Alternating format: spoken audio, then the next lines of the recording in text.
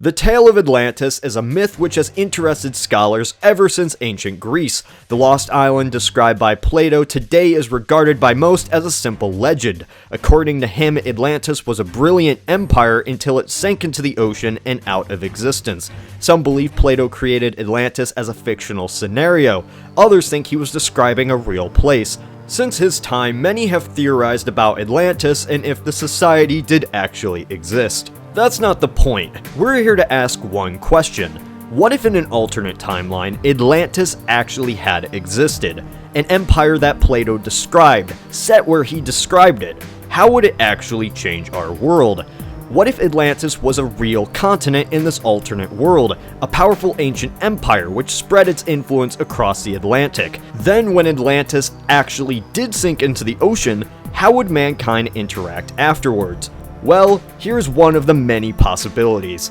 For this scenario, I'll be looking at the original source of the Atlantis tale, the Greek philosopher Plato, who wrote the first descriptions of the island. The continent and its inhabitants were tied to Greek mythology, and the empire's downfall comes at the hands of Athens and the Greek gods. Even though parts of his tale are not realistic, we can adapt them to see how this empire, and eventual destruction of it, could change mankind. Keep in mind, what I am saying in this video is not an 100% prediction. We don't know how things could have been. But humanity has a nice knack of falling into the same patterns with civilization, so by looking at other past ancient societies, we can have a general idea of how this Atlantis empire might realistically work, and might realistically collapse. I'm using Plato's work as a guideline for the land, but I'm also taking some liberties for how I believe an empire of this kind would work. In this scenario, there will not actually be Greek gods who create Atlantis the empire, and there will not be a rebellion that the Greeks could easily win. Any tale of gods would be myths created by people who did not understand the advanced Atlanteans and assume they must be gods. Where would Atlantis be located? As described, the continent which Atlantis' empire hailed from was in the Atlantic Ocean, just west of the Strait of Gibraltar. The continent size was between Libya and Asia Minor. In Plato's time, Libya was the general term for North Africa, and Asia Minor was present-day Turkey. The actual size of the island was never truly told. This is the only specifications given. According to Plato, the Atlantis civilization existed 11,000 years ago and was capable of great technological advancement. This means Atlantis would have formed 1,000 years before humans even invented agriculture. The Atlantean kingdoms unite early on into a confederation, bringing their collective knowledge into an empire spanning their home continent. As all empires eventually do, they look to expand into neighbor regions. This wouldn't be difficult to do. The technological difference between Atlantis and its neighbors would be vast. No societies even exist across the world, leaving the Atlanteans to do as they please. They rule the Atlantic world, setting up colonies, expelling natives, all the standard stuff. Just like the Romans and the Greeks, they bring their culture and language along with them. Atlantis' relationship with Europe would be one of warfare and colonization. The native tribes in Spain, Britain, and coastal Mediterranean are expelled from their homeland. Atlantean coastal colonies forced tribes to retreat into Central Europe.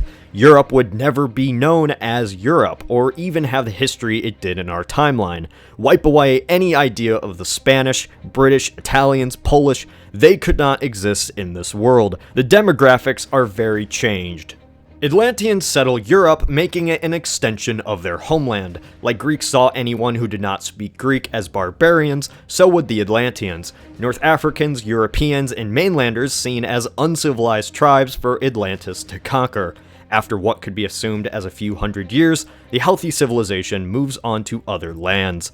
Atlantis is the super-Roman empire of this world, not only controlling Europe, but colonizing places across the Atlantic. Their culture basically the same like Latin for ancient Europe. Atlantean is the original prime language. For ancient people, natural disasters were often blamed on the wrath of gods. Tsunamis, storms, and especially earthquakes, results of misdeeds or lack of worship. The tale of Atlantis, struck down for their greed and arrogance, would be no different. In this alternate timeline, the gods never destroy Atlantis. A simple, devastating natural disaster does. an earthquake large enough to create a great tsunami which floods the entire continent, similar to Plato's tale of Atlantis being swallowed by the sea. Atlantis receives such a blow by this unexpected event, it's thrown into anarchy. Like a chicken running without a head, colonies which could have political differences rebel and fight against each other for resources. Without a central command, the empire is in ruins. Factions split up, leaders rise to take power, colonies make alliances, and the Age of Unity is over. The central culture Atlantis left behind would be the parent to most people in the Western world. All descendants have linguistic heritage branched from this empire. Over centuries, Atlantean colonies go their separate ways and create their own empires, taking in new people or being invaded by them. Cultures, history, and religion diversify, creating a world of alternate civilizations. Since Atlantis formed so much earlier, humanity progresses much faster in this timeline. A world like this would be millennia ahead in technology and social development. With no European Dark Age or Renaissance to follow, it's difficult to say just how much civilization would advance in this Atlantean world. The biggest effect Atlantis would have is humanity's outlook on itself. Western and Eastern civilizations have unique views on the world. Atlantis, being the first civilization, would bring in its own way of thinking. After its fall, societies use its teachings to govern themselves, much like the Roman Empire, putting Western civilization down a much different path. Now you might ask, why should I care about Atlantis? It's not even real. That's true, but by exploring these type of scenarios, guessing with alternate history, we comprehend and appreciate how much history went into where we are today. Empires affect history, of course, but what goes into that? Civilization conquests can change entire demographics, cultures of regions.